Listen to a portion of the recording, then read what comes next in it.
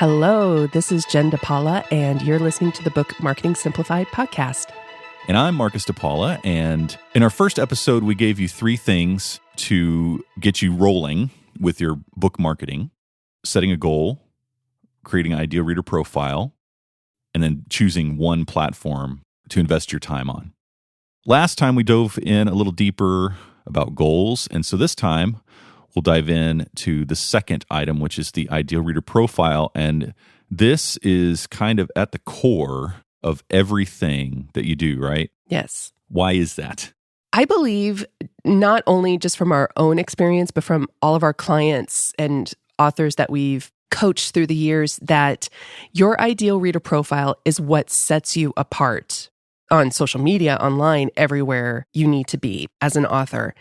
But it also provides you with so much information that helps you to be specific in what you talk about, but also it enables you to connect deeply with the actual people that you want to connect with, which is your readers.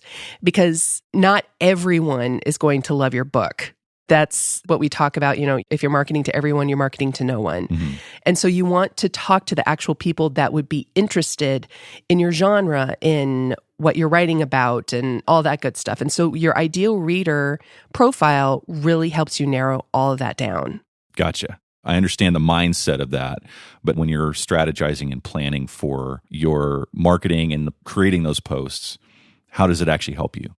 For authors, it creates ease.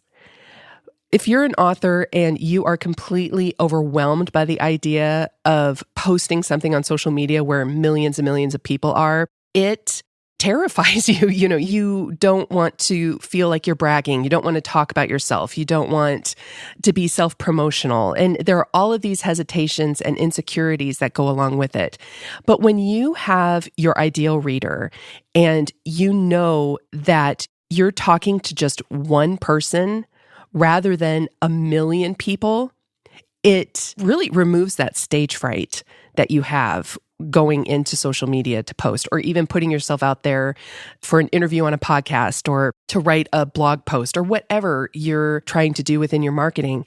When you can just focus on talking to one person rather than millions of people, it creates ease and removes that apprehension. So it's a lot less intimidating to have a one-on-one conversation with someone in your living room than it is to be up on stage, which I guess it can be kind of equivalent to what you can feel like when you're broadcasting on social media, if that's what you're trying to do. That is absolutely it. It's really thinking about how much easier it is to talk to just one person that enables you to have a conversation with your readers rather than broadcasting and promoting, which is so much more likable, and people are attracted to that. They want to have a conversation rather than being promoted to. It makes them easier to relate to you as an author. Absolutely. Yeah.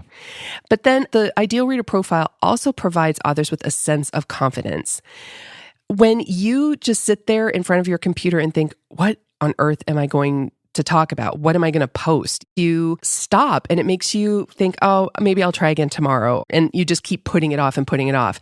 When you know exactly how to connect with and how to create conversations with your ideal reader, that gives you the confidence to post consistently, because you start to see results from those posts when you know exactly who you're talking to.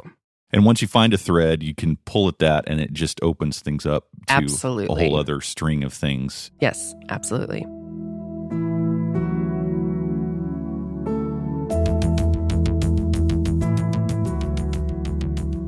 So it makes things easier for you, not just being less intimidating and helping to give you more ideas, but what I've seen you do, it also gives you very specific practical things that tell you exactly what you need to be saying. What are those things? Well, within our ideal reader profile with the Mixtus method, we outline over 40 points that you can consider for your ideal reader.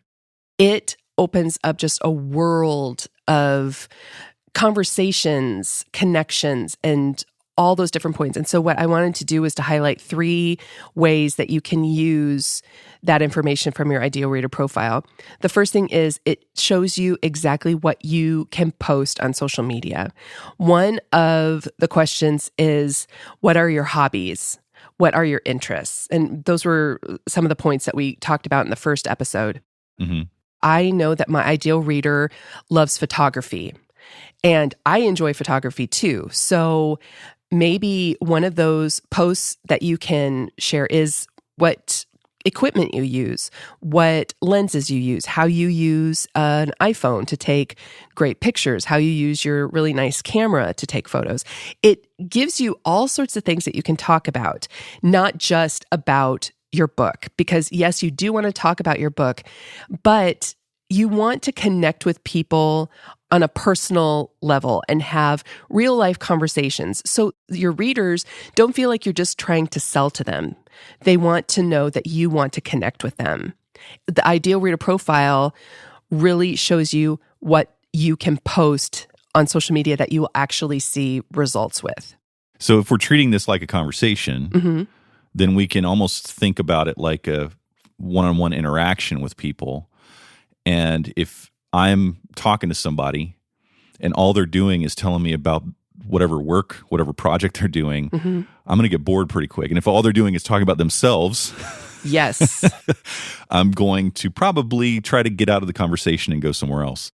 So what you're saying is once we have this embodiment of a human in this profile that we're actually trying to virtually have a conversation with, then it allows us to engage them in a way that's more than just self-promotional and drawing them into who you are as an author, not just trying to sell them on products. Yes. And if you're thinking about it like you're going into a cocktail party, and if you see someone that you know immediately what you can talk about because you know them and you know the things that you have in common. You know, oh, they might have kids, or they might have just started a new job, or, you know, they're interested in gardening or something like that. You know what you can talk about. But if you walk up to a stranger and you have no idea, it takes a little bit, you know, you need to ask questions. It's a little more unsure. So going into what you share and what you talk about on social media, knowing who you want to talk to and knowing who you want to connect with, when you have these details in order and when you have these ideas in place, you know, okay, I can start talking about this, or I can start asking questions about this specific topic. It really gives you much more context to put your conversations around.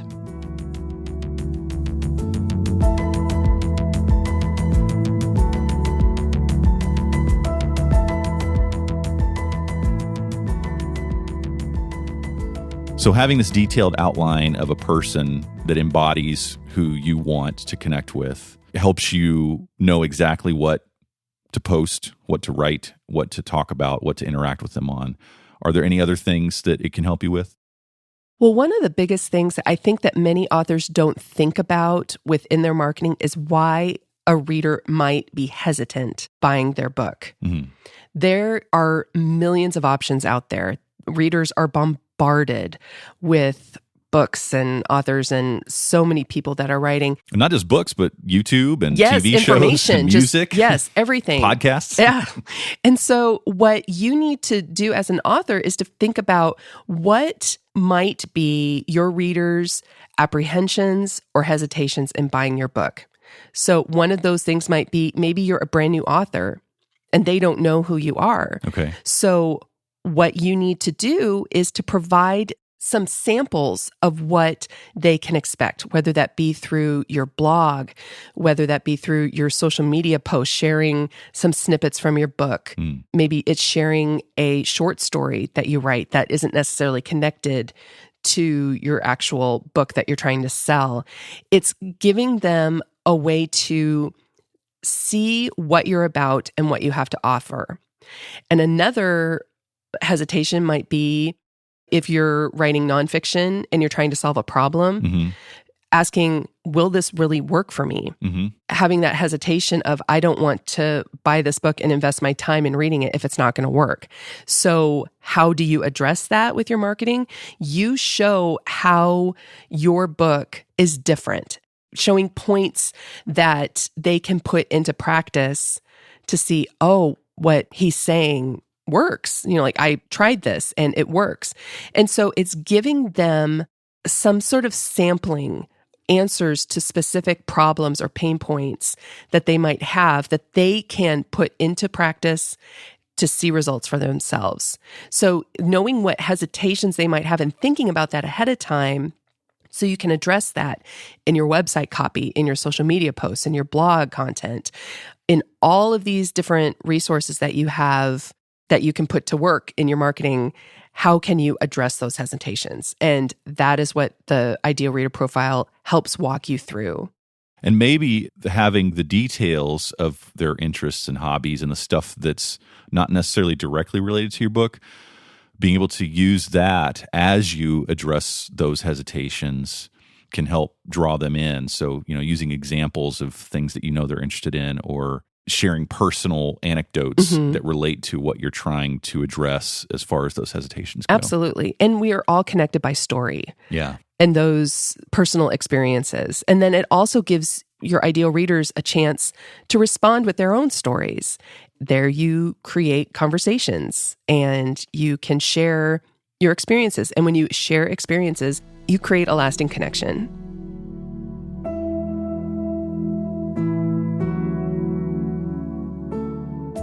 All right, so what is the make it happen moment for this episode about the ideal reader? The make it happen moment is to really adjust your perspective, that you're not speaking to millions of people online, that you're speaking to one specific person, and that's your ideal reader.